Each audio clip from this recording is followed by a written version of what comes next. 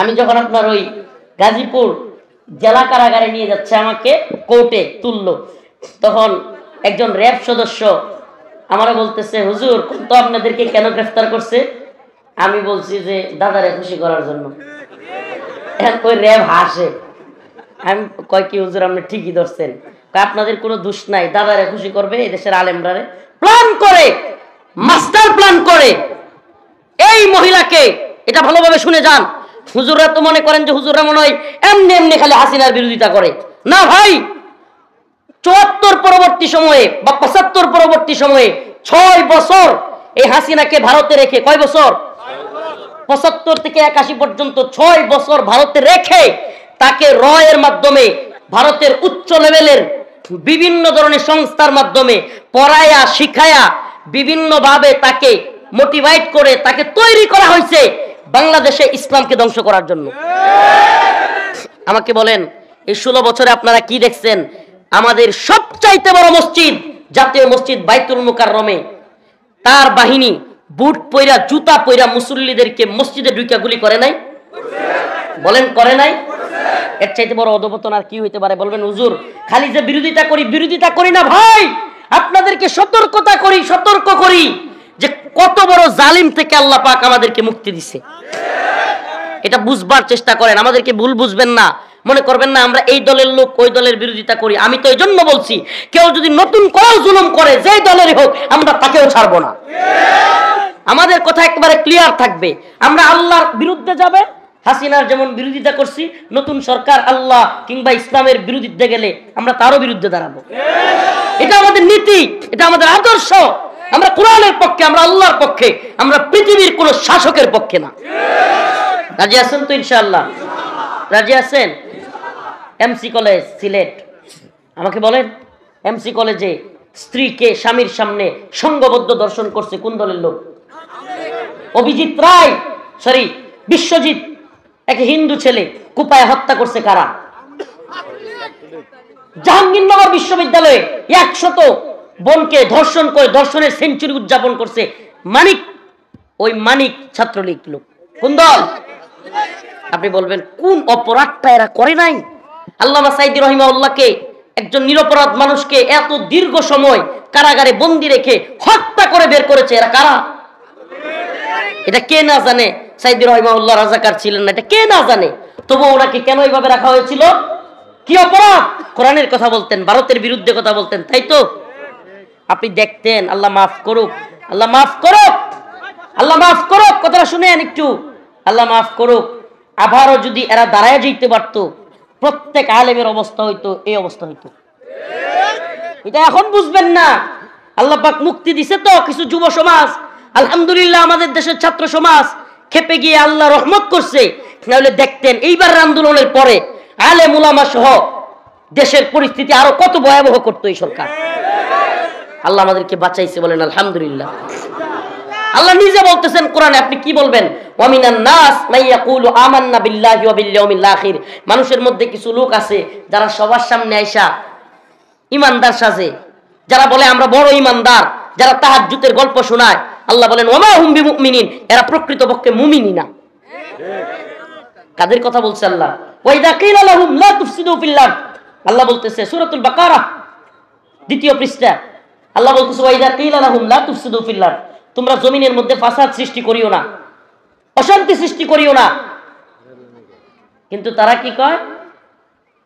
ক্বালু ইন্নামা নাহনু মুসলিহুন, কোরআনে আয়াত বলতেছে সূরাতুল বাকারা, ক্বালু ইন্নামা নাহনু মুসলিহুন। আল্লাহ বলে তোমরা অশান্তি সৃষ্টি করিও না। তারা বলে আমরা তো বড় শান্তিকামী, শান্তি সমাবেশ করি, হেলমেট নিয়ে, হাতুড়ি নিয়ে, রড নিয়ে, বাঁশ নিয়ে শান্তি সমাবেশ করে। ঠিক কি ঠিক না? এটা কি শান্তি সমাবেশ? আল্লাহ বলে আলা ইন্নাহুম হুমুল মুফসিদুনা ফিল আরদ, এরাই জমিনের মধ্যে সবচেয়ে বড় অশান্তি সৃষ্টিকারী। আল্লাহ আমাদেরকে বুঝার তৌফিক দান করুন, বলেন না আমিন। দেখেন আল্লাহ পাক কোরআনে কারীমের মধ্যে বলেছেন ওয়া মান ইয়াতাওয়াল্লাহুম মিনকুম ফাইন্নাহু মিনহুম, যারা কাফের মুশরিকদের সাথে থাকে, কাফের মুশরিকদের সঙ্গ দেয়, পত্তলিকদেরকে সঙ্গ দেয়, ফাইন্নাহু মিনহুম, তারা তোমাদের দলের না, তারা তাদের দলের। এখন আপনি কি বলবেন? সুবহানাল্লাহ। আল্লাহ নিজে বলতেছে, ইয়া আইয়ুহাল্লাযীনা আমানু লা তাত্তাখিযুল ইয়াহুদা ওয়ান নাসারা আউলিয়া, তোমরা ইহুদি খ্রিস্টানদেরকে বন্ধু বানাইও না। ওয়া মান ইয়াতাওয়াল্লাহুম মিনকুম, যদি তোমাদের মধ্য থেকে কেউ দেখো তাদের সাথে মিলেমিশে চলে, ফা ইন্নাহু মিনহুম, সে তোমাদের দলের লোক না, সে তোমাদের ধর্মের লোক না, সে তাদের লোক। আমাকে বলেন, হাসিনার প্রতি মোদি এত খুশি, তাইলে আল্লাহর কথায় কি বোঝা যায়? সে কি আমাদের মুসলিমদের লোক না ওদের লোক? কথা বলেন না, কথা বলেন না মুসলিম ভাই, কাদের লোক? আল্লাহ নিজে বলতেছেন ওমাইয়াতাল্লাহুম মিনকুম ফাইন্নাহু মিনহুম। যদি তাই না হবে, হাসিনা চলে যাওয়ার সাথে সাথে 54 বছর ধরে যেই বাঘ ভারত ছাড়ে না, সেই বাঘ কিভাবে ছেড়ে দিল? পানি দিয়া বাসায় নিচ্ছে। এত বছর শুনছেন যে ভারত বাংলাদেশ দখল করে নিবে, হুমকি দিচ্ছে, তার কাটার বেড়া ভাঙিয়ে ফেলতেছে, কোনদিন শুনছেন? ওমা হাসিনা পুতুলটা, তাদের সাজানো গুছানো পুতুল। পুতুল বললে তো ভুল হবে, যেহেতু আব্দুল মুমিন, আব্দুস শয়তান, এটা আমি মুমিন কই না, আব্দুস শয়তান পররাষ্ট্রমন্ত্রী ছিল একটা, কইছিল না যে আমাদের সম্পর্ক হলে স্বামী স্ত্রীর সম্পর্ক, বলে নাই? বলে নাই? আমরা বলছি ঠিক আছে, তোদের সম্পর্ক যেটা, এটা তো অবৈধ সম্পর্ক, তাইলে এই মাইয়ারা আমাদের দেশে রাখবো না। সুবহানাল্লাহ, কর না? তোরা যেই সম্পর্কের কথা বলিস, আজকে আমরা বুঝতে পারলাম বাস্তবেই বাংলাদেশ ধ্বংস হয়ে যাক, দেশের মানুষ ধ্বংস হয়ে যাক, এই মানুষ সবাই পানিতে বাইসা মরে যাক, তবু হাসিনার ক্ষমতা রাখতে হবে। তার মানে কি বোঝা যায়? হাসিনা তাদের লোক। এদেশে ইসলাম ধ্বংস করার জন্য, আলেমুল আমাদেরকে জেলে নেওয়ার জন্য, এদেশে ইসলামপন্থী সমস্ত দলগুলোকে ভেঙে চুরমার করে দেওয়ার জন্যই হাসিনাকে এদেশের ক্ষমতায় আনা হয়েছিল। এখনো যদি এই জাতি সচেতন না হয়, আল্লাহ না করুক আরো কোনো জালেম আমাদের উপর চাইপা বসতে পারে। আমাদের সচেতনতা জরুরি, আমাদের সচেতনতা জরুরি। আমাদের উপর পরীক্ষা আসবে, জুলুম আসবে, জেল আসবে, রিমান্ড আসবে, ফাঁসি আসবে, কিন্তু মুসলমান আমরা কারো গোলামি করব না। আমরা আব্দুল হামিদ খান বাসানি, আপনাদের ওই পারের লোক, কাছাকাছি তো। আব্দুল হামিদ খান বাসানি, মাওলানা আব্দুল হামিদ খান বাসানি একটা কথা বলেছিল যে পিন্ডি ছেড়েছি দিল্লির গোলামির জন্য নয়।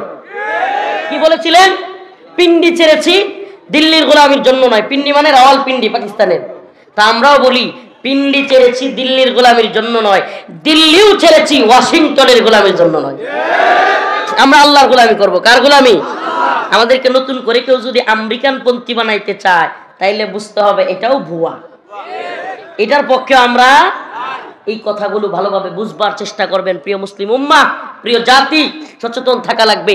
আমরা এই দেশটাকে নতুন করে আর কোনোভাবে কোনো জালেমের দিকে, কোনো জুলুমের দিকে নিয়ে যেতে দেব না।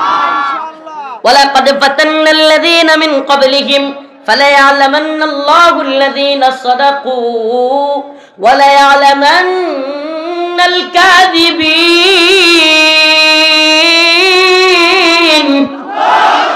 আল্লাহ রাব্বুল আলামিন বলেন, আমি দেখতে চাই তোমরা যে বলেছিলা আমান্না আমান্না, আমি যখন তোমাদেরকে প্রশ্ন করেছিলাম আলাস্তু বিরাব্বিকুম, তোমরা আমি কি তোমাদের রব নই?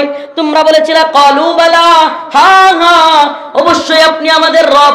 আমি দেখতে চাই ফালায়া'লামান্নাল্লাহুল্লাযীনা সাদাকু ওয়ালায়া'লামান্নাল কাযিবিন, তোমাদের মধ্যে কে সত্যবাদী কে মিথ্যাবাদী, এটা আমি দেখতে চাই। কে সত্যবাদী এবং কে? এখন যদি এনে কই মাঠে কে কে আছেন ভারতের বিরুদ্ধে জিহাদে শরীক হবেন, সবাই হাত তুলবে। তুলবে কি তুলবে না? শহীদ হওয়ার জন্য তৈরি আছেন, সব হাত তুলবে। কিন্তু বাস্তবে কয়জনরে পাওয়া যাবে? একজন পাওয়া যাবে না, এটা আমি বলি না। একজনও পাওয়া যাবে না, এটা আমি বলি না। এটা ভুয়া, এটাও মিথ্যা।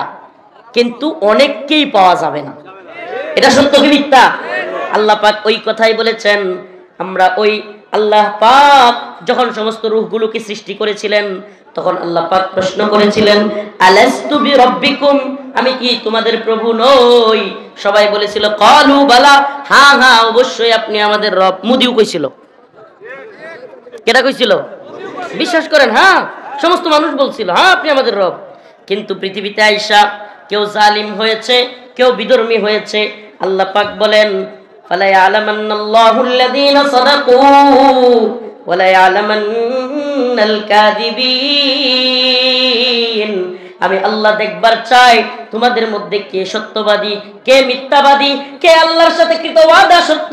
মুমিনিনা আনফুসাহুম ওয়া আমওয়ালাহুম বিআন্না লাহুমুল জান্নাহ ইকাতিলুনা ফি সাবিলিল্লাহ ফায়াকতুলুনা ওয়া ইউকতালুন ওয়া'দান আলাইহি হাক্কা ফিত তাওরাতি ওয়াল ইনজিলি ওয়াল কুরআন। আল্লাহর ওয়াদা সত্য না মিথ্যা? আল্লাহর ওয়াদা সত্য না মিথ্যা? আল্লাহর ওয়াদা কি? আল্লাহ বলেছেন ইন্নাল্লাযীনা আমানু ওয়া আমিলুস সালিহাত কানাত লাহুম জান্নাতুল ফিরদাউসি নুজুলা। যে ব্যক্তি ঈমান আনবে, নেক আমল করবে, ঈমান আনবে, নেক আমল করবে, সেই ব্যক্তি জান্নাতুল ফিরদাউসে যাবে। সুবহানাল্লাহ, সুবহানাল্লাহ বলেন না? আল্লাহর ওয়াদা অনেকেই পূরণ করেছে। আল্লাহ বলেছেন ইন্নাল্লাহা আশতারা মিনাল মুমিনিনা আনফুসাহুম ওয়া আমওয়ালাহুম বিআন্না লাহুমুল জান্নাহ।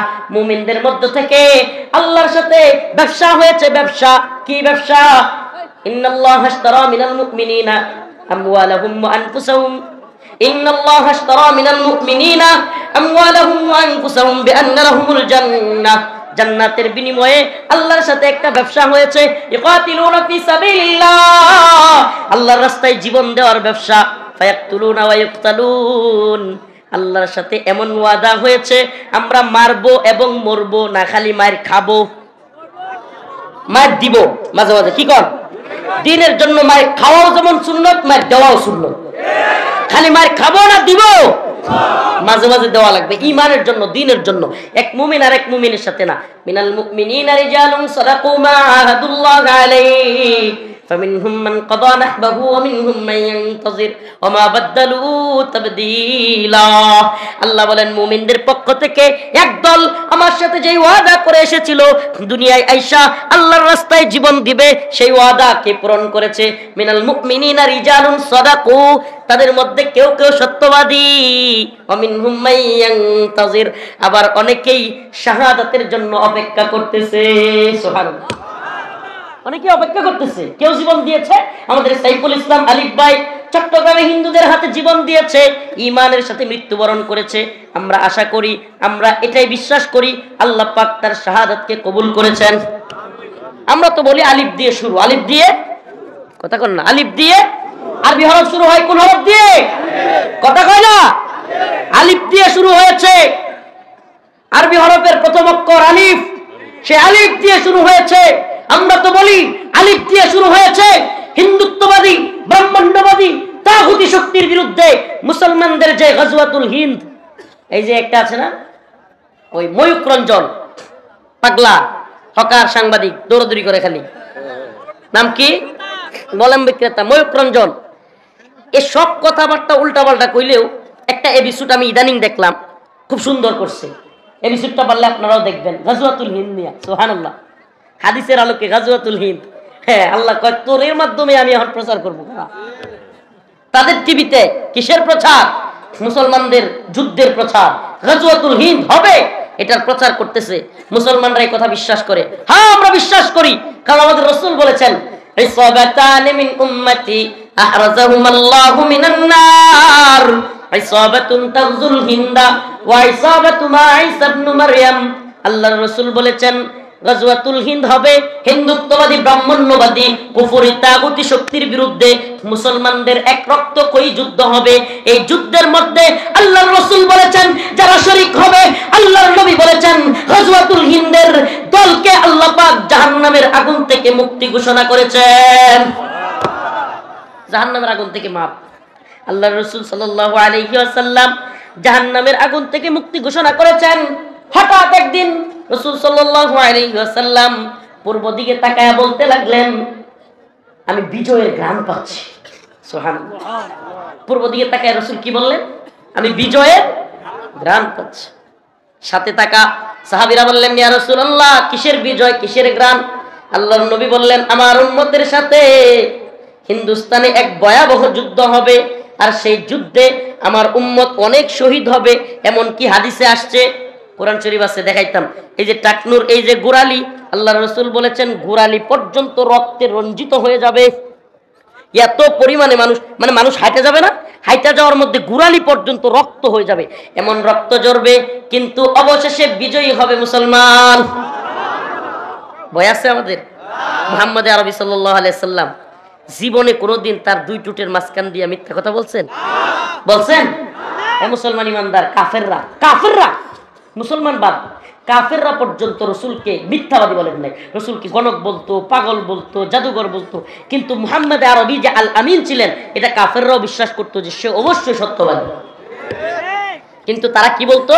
যে রসুল জাদুঘর, রসুল পাগল, গণক, এটা সেটা বলতো। কিন্তু রসুল সাল্লাল্লাহু আলাইহি সাল্লামকে মিথ্যাবাদী বলে নাই। ও প্রিয় মুসলিম উম্মাহ, আমার রসুল বলেছেন ইসাবাতান মিন উম্মতি আহরাজাহুমুল্লাহু মিনান নার। ইসাবাতুন তাগজুল হিন্দা, গাজওয়াতুল হিন্দ আসন্ন হিন্দুত্ববাদী, ব্রাহ্মণ্যবাদী, তাগুতি শক্তির বিরুদ্ধে। ও মুসলিম যুবক, ও সিরাজগঞ্জের মুসলমান, আমাদেরকে লড়তে হবে, লড়াই করতে হবে। আল্লাহ পাক জাহান্নামের আগুন থেকে মুক্তির ঘোষণা দিয়েছেন। আমরা লড়বো, লড়াই করব। দিল্লির মসনদে কালিমার পতাকা পথ করে উঠবে। দিল্লির ক্ষমতার মসনদে থাকা হিন্দুত্ববাদী নেতাদেরকে কল্লায় ধরে টেনে হিচড়ে বাইতুল মাকদিসের দিকে মুসলমানরা নিয়ে যাবে ইনশাআল্লাহ।